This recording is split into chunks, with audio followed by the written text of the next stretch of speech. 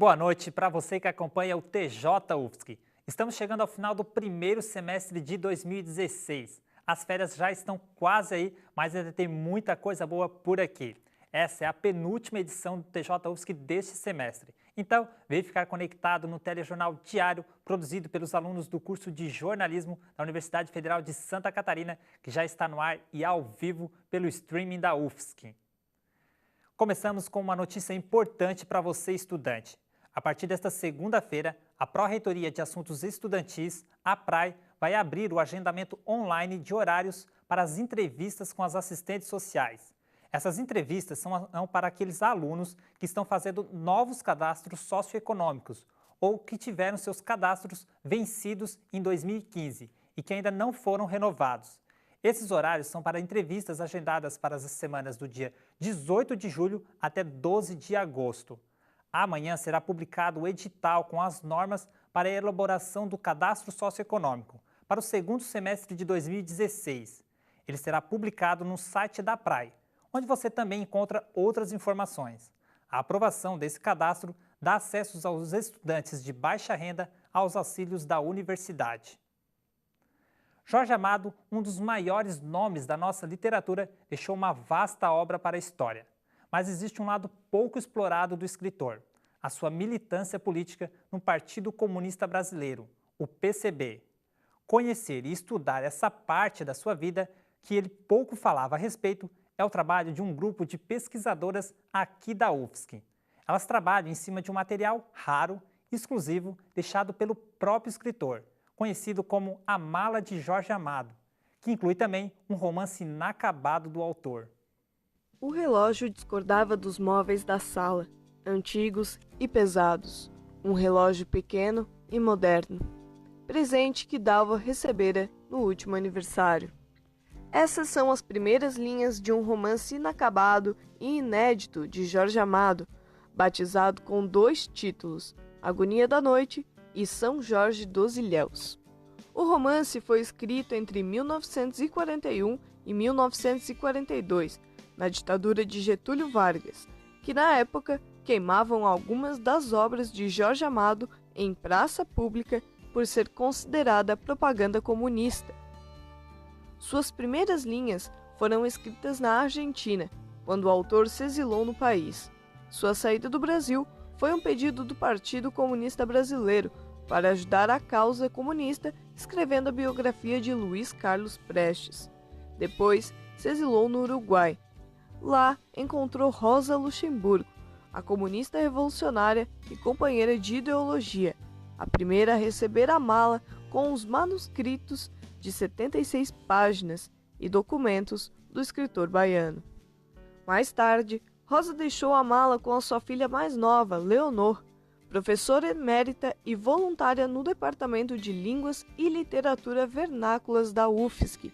Em 2011, decidiu doar a mala e todo o seu conteúdo à colega Tânia Regina Oliveira Ramos, também professora do Departamento de Letras da UFSC e coordenadora do Núcleo de Literatura e Memória. Eu penso que eu estava na hora certa, no momento certo, e eu acho que ela acertou, era para ser.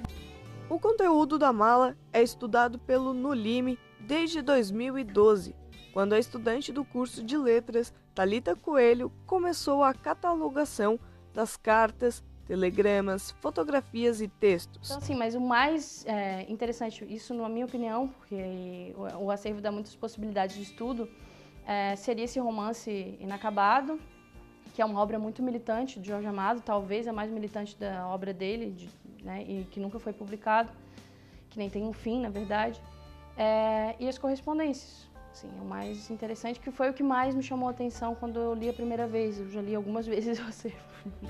Desde lá, os documentos já renderam 4 TCCs e 2 mestrados. Outros 3 mestrados e 2 doutorados estão em andamento. Também foram registrados 7 iniciações científicas sobre o acervo. Todos os trabalhos foram orientados pela professora Tânia e a pedido de Leonor, dedicados a Rosa. Assim, a mala cheia de história permanece, 70 anos depois, em Florianópolis. Muitas vezes a gente fala e lembra mais do Jorge Amado por causa do vestibular, mas é interessante ver o quanto o trabalho dele é muito maior e cheio de histórias interessantes. Bom, vamos mudar de assunto agora para falar de esporte. O Chico Duarte já está aqui do meu lado para trazer as informações. Boa noite, Chico. Boa noite, Joelson. Boa noite para você que nos acompanha aqui no quadro dos esportes. Bem, geralmente a gente fala de futebol aqui, né? Mas hoje a gente vai fazer um pouquinho diferente. A gente vai começar com o vôlei.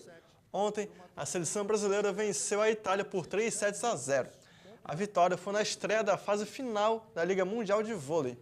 O destaque ficou para o ponteiro Lucarelli, que deu um show. 14 pontos, maior pontuador da partida, mesmo com uma lesão nas costas. Agora, o próximo compromisso será contra os Estados Unidos essa sexta-feira, 3 horas da tarde. O time de vôlei brasileiro sempre mandando bem, né? Exatamente, aí é o orgulho da nação. Ontem nós tivemos só um catarinense em campo, né? E pela Copa do Brasil. Como é que se saiu? Pois é, infelizmente não teve muito futebol catarinense, mas retomando a bom e velho futebol, ontem o Figueirense contou com a volta de Argel Fuchs. Mas, apesar da expectativa com a reestreia do treinador, o time ficou no 0-0 com a Ponte Preta. Com a má atuação em casa, o time chegou a ser vaiado pela torcida.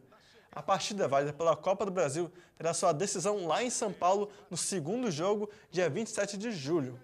Falando em São Paulo, indo lá para São Paulo, o São Paulo era o único time brasileiro na Libertadores, mas também acabou saindo, né? O que aconteceu com o time? Pois essa tragédia para o futebol brasileiro, né? O São Paulo, o último brasileiro vivo na Libertadores, foi eliminado ontem diante do Nacional. Após perder por 2-0 em casa semana passada, o time foi para a Colômbia com a responsabilidade de vencer o jogo. Mas, infelizmente, a vitória novamente ficou com o Nacional com o placar de 2-1. Como marcado desde o início da competição, o time paulista sofreu com a arbitragem. Um pênalti não marcado e 2 jogadores expulsos. Esse foi o saldo do time ontem, uma frustração para os São Paulinos. Não vai ser na Libertadores desse ano que teremos um brasileiro campeão, né? Pois é, infelizmente esse ano não deu. São essas as informações do esporte? São essas aí. Então, o TJ UFSC de hoje também vai ficando por aqui. Continue nos acompanhando lá nas nossas redes sociais. Nós estamos no Facebook e no Instagram. Se você quiser rever nossas reportagens ao longo desse semestre, acesse nosso canal no YouTube. Amanhã nós estamos de volta com uma edição especial para encerrar esse semestre. Até lá, tchau! Tchau!